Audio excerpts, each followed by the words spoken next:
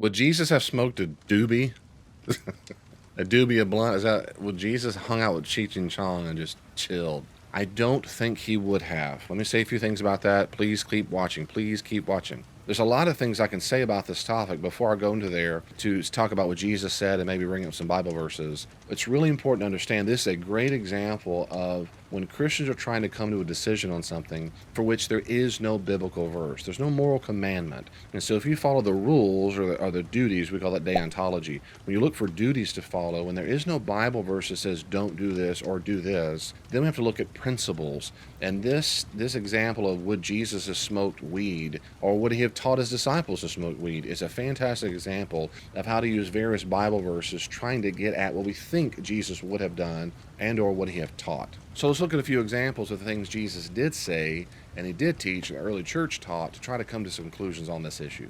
First and foremost, I'm convinced Jesus had incredible compassion on people. If you read the Gospels, Jesus had enormous compassion, empathy. He cared and loved deeply for people. So for those people today, just like in the ancient world, who had severe ailments. For example, I knew a young woman who had brain cancer, and she had severe migraines, debilitating migraines. The only thing that helped her the migraines was when a doctor prescribed marijuana. This is, at the time of this recording, this is probably 2 decades ago. So it's a whole lot easier now. Back then, you had to have certainly a prescription. I think Jesus would have compassion very much on her. Had Jesus met her face to face, he might have healed her. I don't know. I'm not sure if Jesus said, here's some weed. He might have. But I know he had terrible, incredible compassion and understanding for people who suffered from that. The problem with marijuana usage, just like crack cocaine, just like alcohol, is that Christians have something in the Christian worldview that we value very much, just like the ancient Romans did. So this fits very much in context of the ancient world, and that is something we call self-control. Jesus says in Luke 21:34,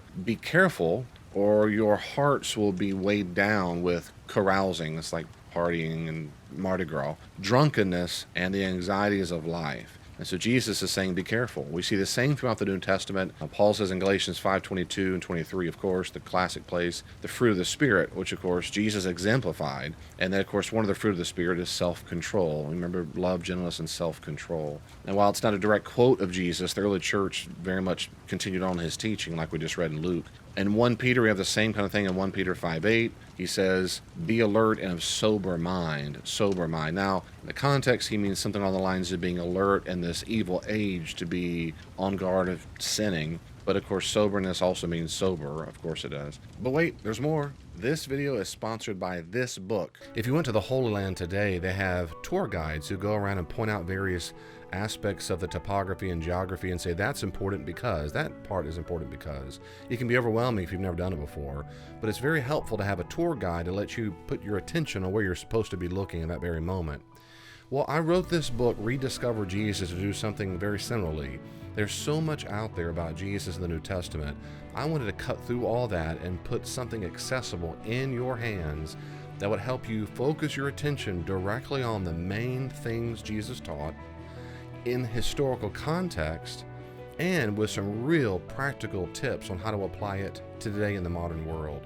Whether you're a skeptic or whether you're a devout follower of Jesus already, I think Rediscover Jesus will be a fantastic text for you individually or for small groups or perhaps for large groups like your entire church. I think you're going to find this very helpful. Go to Amazon.com to get it on Kindle or paperback, or there's an audiobook where I read it myself. If you want bulk orders, let me know. I'll give you a special discount. God bless you, and I hope you're going to enjoy and learn from Rediscover Jesus. Get yours today. So self-control is very much matters in the Christian worldview. It's a chief virtue. And so when we take medicine that is prescribed by a doctor and we do lose self-control under the care of a physician for the benefit of physical healing, that's one thing. When we do it and lose control outside of those parameters, you're losing self-control and it's a sin. I mean, we could make a laundry list of things. We should never, ever take sleeping medication. I take melatonin sometimes to help me sleep, but And the Christian worldview would say it doesn't count. I am deliberately losing self-control, but because I'm doing it to help my body, that's a good thing. That is, in that sense, is consequential, as a means to an end. I'm helping my body by resting, but I am deliberately losing self-control. If you hold the view that losing self-control is inherently sinful, that means taking sleep medication is sinful. But I don't believe in the Christian worldview for the reasons I just said. The other reason, you get a little laundry list of things. I take Gatorade. I drink Gatorade because of electrolytes. Well, no, that's losing the self-control of something my body produces on its own. Or a laundry list of things, perhaps you could say, if my body didn't produce it naturally and it causes me to lose any of my normal, natural functions of the body, you're losing self-control. I don't think that's persuasive either. I think self-control has to come to our mental capacity. So when it comes down to things that change our mental capacity, it'll be an issue of losing self-control. But in the Christian worldview, and this is like the ancient Roman world as well, is when you do so to the excess. You do so with no health benefits whatsoever. And I do think that's exactly what they had in mind. I think so early Christians meant the same thing. And so when Jesus says, of course, watch out, don't get drunk, he's really being wise, don't do that. So drinking, you can lose a little self-control if you drink a little buzz. So I'm told, I haven't drunk before, but you're losing a little self-control of your pure conscious state because you get buzz. But that's not the same as losing self-control and being drunk. So would Jesus smoke marijuana? I do not think he would smoke marijuana outside of medicinal purposes, or at least encourage a person to do it, because if they lost self-control that way, or they're just Cheech and Chong over here partying, then you're losing self-control in a way that is bad. And we have that example. Jesus himself is an example, like in John 13:15. If you remember in John 13, Jesus is washing the disciples' feet. And there, of course, he says, I've set it as an example that you should do what I have done for you. Now, in the exact context, he's talking about principle, really, because the earliest Christians did not go around and wash their feet all the time. It was a principle that you should take on the form of a slave to do what I've done. But most Christians, and I'm one of them, very much believe that Jesus, not just only that individual instance, but in general, set the example for us. And what Jesus did not do was use recreational drugs. He did not get drunk. He didn't lie. He wasn't a gossip. He wasn't a punk. He didn't steal things. There's a lot of things he didn't do, and there's things he did do. But it's important to remember the stuff he didn't do. And he did not ever smoke marijuana. Well, they had a marijuana plant back then, of course. And so he might hit a lot of pain. We don't have evidence that Jesus' back hurt because he walked all day long. Because, man, I'm hurting. It touched his back and healed it.